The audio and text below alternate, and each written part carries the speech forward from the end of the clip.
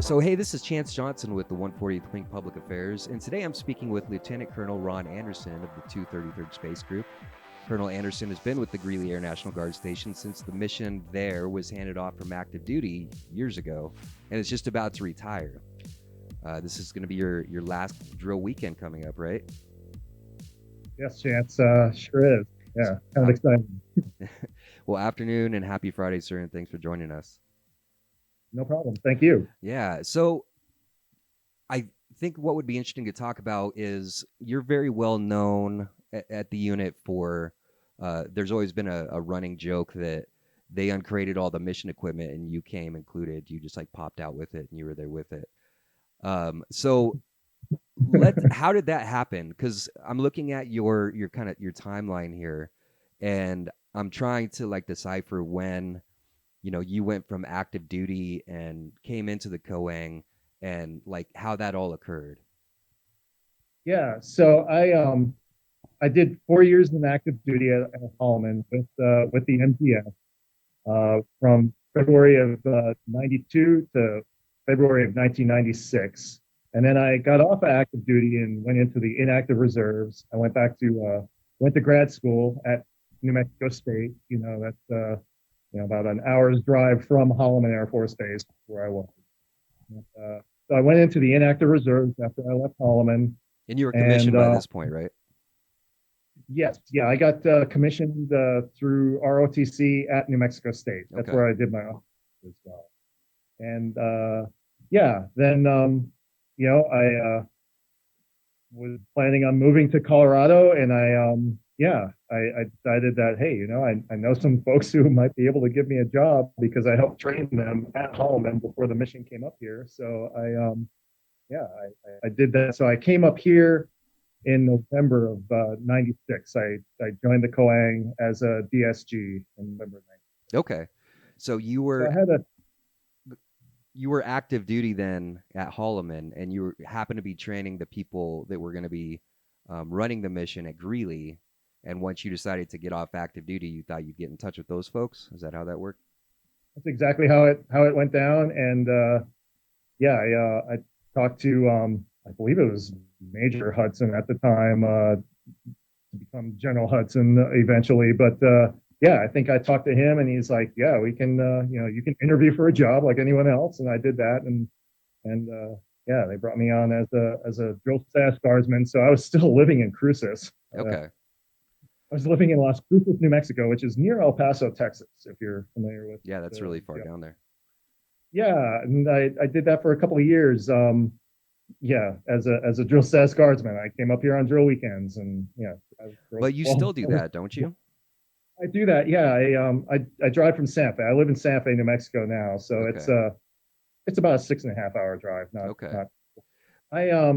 I come up here quite a bit. Yeah, I mean, the guard is not like it used to be. It's more than just a weekend a month and 2 weeks during the summer. Mhm. It's the nature of the business these days that you have to stay proficient. You have to do more time up here. Sure. And so yeah, I do spend more than a weekend a month up here, it seems. So, And so when you did get your full-time job, like how long was it until you moved up to Greeley from Las Cruces? oh, so I was a drill staff guardsman from 1996 until '98, and then I moved up here as a technician in 1998. Okay.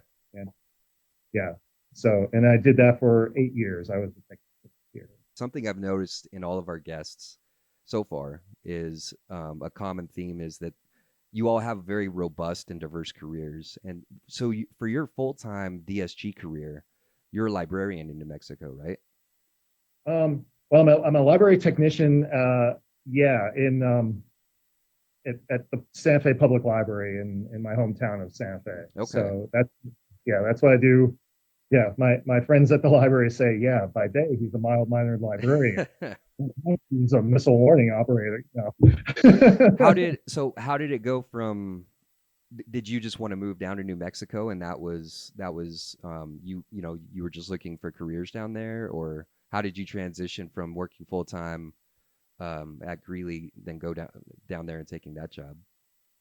Yeah, that was exactly it. I wanted to move home back to New Mexico, and I was looking for jobs, and I applied for lots of jobs. I've always loved libraries, and that probably came across when I interviewed for that job. I think I also interviewed for a TSA job too, and I think they offered me that. Okay. But yeah, I'm glad I got the library job. I don't really see myself as a TSA agent. So is that still count towards like federal retirement? The library? Yeah. Um, Actually, it's a city job. I work for the city government Okay. of Santa Fe. So Okay. it's a para job. Like I think Colorado has para as has its own I see. retirement. So, uh, I've always thought that, and in fact, I think years ago, I was when I was kind of debating what I was going to do full time after college. I was thinking about that because I really appreciate libraries as well, and I think that I had asked I you about believe you that. and I. Yeah. I think we talked many years ago about that. Yeah. Do you see libraries thriving for the foreseeable future? Oh yeah. Not in the way that we would normally think. I think a lot of folks think that it's dodgy, quiet place with books. Hmm. Um, and we do have books, of course, but it's, I mean, we're more of a conduit for technology for folks, Yeah. and whether that's you know online resources that we offer, ebooks, audiobooks, movies online, to technology within the library that people can come in and sign up for apply for a job or whatever like that. Yeah. And it's just a place that you can come and stay a while, read, do whatever you need to do, and you're not compelled to buy anything. Sure. It's not like a coffee shop where, yeah, you can come in and, use your laptop, but you probably ought to be buying something if you're staying there. Whereas you can come into the library and stay all day and meet your Hmm. friends, that I've kind of always stuff. thought the library was an amazing resource, especially when I was a poor college student and not even just like study materials and finding books and that sort of thing, but like you said about technology, because there was a time when I was too broke to even buy a computer, and so Right. having that resource was always very valuable, as well as entertainment to go in there and like just grab a couple DVDs because I couldn't really afford to get them anywhere else. So yeah, I've always been very Absolutely. thankful for that. And since the pandemic, we've even expanded our offerings to include laptops and hotspots. In Okay. fact, the Wi-Fi that we're talking on right now is a library that I took out before I came up here. So, yeah, it's I see them thriving into the future, and it's kind of exciting. But like I said, it's much it's much more than what libraries traditionally have been, Yeah. and it's really kind of exciting. Yeah. I'm excited, so I'm Um, glad to be doing yeah, that that's work. great. How have you seen like your leadership attributes or any other traits that you picked up from being a commissioned officer help you in that career field? What have you carried over into that career field? Yeah, I think here at the 233rd, we don't quit when we're faced with a challenge, right? I mean, Hmm. you know, you know that if you got a vehicle broken down on the side of the road and you got to get that thing fixed, and we're going to fix it. We're going to figure out a way to do it, and we're going to put our heads together to do that. And I think at the library, when someone asks me a question and I don't immediately know the answer, I can pull from other people and get that answer. And you know, the yeah, when faced with a challenge, you just don't quit. You don't say, "Oh, I don't know," and then just let it go at that. You say, "I don't know, but I'm going to find out." Yeah. And I think that's what we got. That's what I've gotten from being here with the NGS is, especially as the system has aged. You have to find solutions to the problem because you're not going to be able to go to the store sometimes to get a solution to the Hmm. problem. You Yeah. know, and the same thing at the library. If someone has a question and I don't have an immediate answer or I can't figure it out right away, I know that there are other librarians that I can ask or other technicians that I can ask to get that answer and to just not quit. That's kind of the attitude that I've got. Yeah. Yeah, so and I think that that's what is so great about the Guard, just like with what you're saying, is because we all it's like one of the only organizations where people collectively pool their, very diverse backgrounds and skills and career fields, and and basically are a team, and you have to, kind of depend on other people's skills and talents to get the job done, like you're saying. So yeah, I do see that as very valuable in another job where you have to say, okay, like, what can this person bring to the table, and what does this person offer that nobody else does? And yeah, I can definitely see that. And we have so many people here who have, like you said, a wide array of experiences and knowledge and career fields, backgrounds, whether that's within the military and their training within the military, or their life experience outside the military. Hmm. Um, yeah, and it's fun. Well, I'm and that's kind of one thing that I've always understood is why it's so critical that the Guard have the mission there. And you being kind of like a hybrid where you came over from active duty training that mission, and then started working there full time. It's such a unique mission in that, we don't necessarily want turnover every 2 or 4 years, right? Like we want those people who are going to be sticking around for a while so they can become, very, very thorough subject matter experts on what they're doing there. Absolutely, yeah, because we're the only one that do this, and this equipment doesn't exist anywhere else. And you have to have experts to deal with the challenges that an older system provides. Hmm. Yeah. And, yeah. So on that note, would you be able to speak on what you feel the future mission of the 233rd looks like? Yeah, I really think that the future is bright, and I think in some instances, or I guess in some ways, the future is here, and you can see that with the 138th down at Peterson, and the training that's happening here in Greeley for space control. So that's a future mission that is here right now. So that's a plus. I also have a hope, and I'm really, this is a hope not based in anything that I really know, but I kind of have a hope that the future missile warning, if we're going to have survivable and endurable missile warning, that I hope that that's here. It's here now, but and like I said, I don't know what the future holds in terms of the technology, but I hope that we can continue to do survivable and endurable missile warning, because we've been doing it here for decades, and I like to think that we're pretty good at Hmm. Yeah. it. So Yeah, and that just goes back again to the uniqueness of the Guard being able to hold on to people for such a long amount of time to do that, and to become so trained up on it. I think on at least half of the trips I've been out on, you've been out there not as a field commander but training field commanders, and it looks right. like you've been a field commander since 1994, and have been training field commanders since 1995. And the first couple of times I went out in the field with you, I always like took you as this very stoic, like quiet, well, maybe even stern kind of guy. And so I was pleasantly surprised, later on in off off hours when I realized you were more laid back than that. So Yeah. what have you taken from that experience as being this go-to field commander for training? Uh, yeah, I'm really humbled by it, because I look around at the people that I've trained, and I often think that they are so much better field commanders than I am. No, they have so much more knowledge than I do.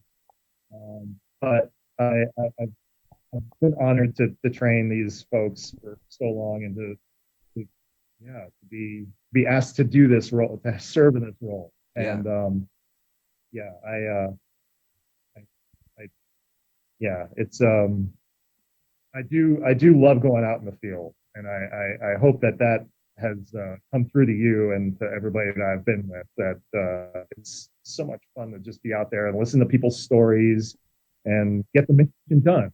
Get the mission done and have fun. Sure. You know, Yeah, and we do. Absolutely. that you thought I was stoic. That's interesting That's because the best word that came to mind. yeah, yeah, because I've often done had some practical jokes and things done in the field as well. So it's always been a good time. And in terms of training folks, like I said, it's I mean, I think I get more out of it than I think they did. Really, I've Yeah. learned more about the right way to be a field commander, if that is such a thing. I mean, maybe there isn't a right way to be a field commander. I think the most important thing is to lead from your own style. I think. Don't try to be someone you're not, Mm-hmm. because then the folks you're leading will see through that. And I don't know if it's trust is an issue, but I think it's important to be true to yourself. Is that something that you're gonna miss having that opportunity to do that, or are you ready to move on and open the next chapter? I mean, yeah, I am gonna move on to the next chapter, of course, but it's been a part of my life for my entire adult life. Uh, and yeah, I'm really gonna miss it. I'm Okay. gonna miss just being out there, listening to the stories that people tell, and hanging out with people. I mean, Sure. it's not just field commander; it's being out there. I mean, you really get to know people when you're sharing bunks and silhouettes with Right. people. So our connection's getting a little shaky, but Uh-oh. I would be remiss if I didn't get a question out there. Major Capecco told me to ask what happened to the Cavalier. Oh, what happened to the Cavalier? So the Cavalier still runs. Um, by the way, the Cavalier is this blue car that I've had forever. It has 580,000 miles on it now. Um, 580,000. 580,000 Wow. miles. A lot of those is driving back and forth between New Mexico and Greeley. Uh, but it still runs, but it's running on three cylinders now, so I only drive it Oh around wow. town. It's kind of the car I take the dog around. Uh, yeah, yeah. So yeah, it's the mobile dog house Okay. at this point. I like So, that. but yeah, maybe if we ever have an MGS reunion up here, which I kind of hope we would have someday, um, maybe I'll fix it and get it up here. I don't know. Well, So what are you? Yeah, maybe one day we can replace the jet out front, and that we'll put that out there as a relic of yours. that'd be a lot of fun. Yeah. So I guess the last thing I'll ask is what are your plans for retirement? Are you're I assume you're going to stay on with the library. Of course. Yeah, I only have 10 years until I get to retire from that job. So I'm going to stay with the library. I have no intention of leaving Santa Fe. I, uh, I, I do think, I mean, I think I'm going to take a few months and not travel, for a couple of months. But then I do think I'm going to keep the drill schedule instead of driving to Greeley somewhere else, like take a day trip somewhere Okay. else, instead of so it's like, all right, it's drill weekend, I'm going to Sedona this weekend or Okay. something like that. Yeah, that's a Or great maybe idea. I hear Marfa's a pretty cool town, so Yeah, stay in that routine and just go somewhere you want to go. yeah, I think that's kind of my plan. That's awesome. So That's cool. yeah. Well, anything else you want to leave us with, sir? um no, not really. Anything else you want to add? I think this has been fun. Yeah, I nothing's coming to mind. Yeah, I just my hats off to you for your long and tenured career and all that you've done for the unit and all the great leaders that you've helped turn out. And I definitely Yeah. appreciate the uh, like you said, kind of the fun times that I've been able to partake in out in the field, like you mentioned. So All right, yeah, thanks, Chance. yeah. Wish you best of luck, sir. Yeah, same to you, Chance. All right. Thank you so much. Good. Yeah. Bye. Well.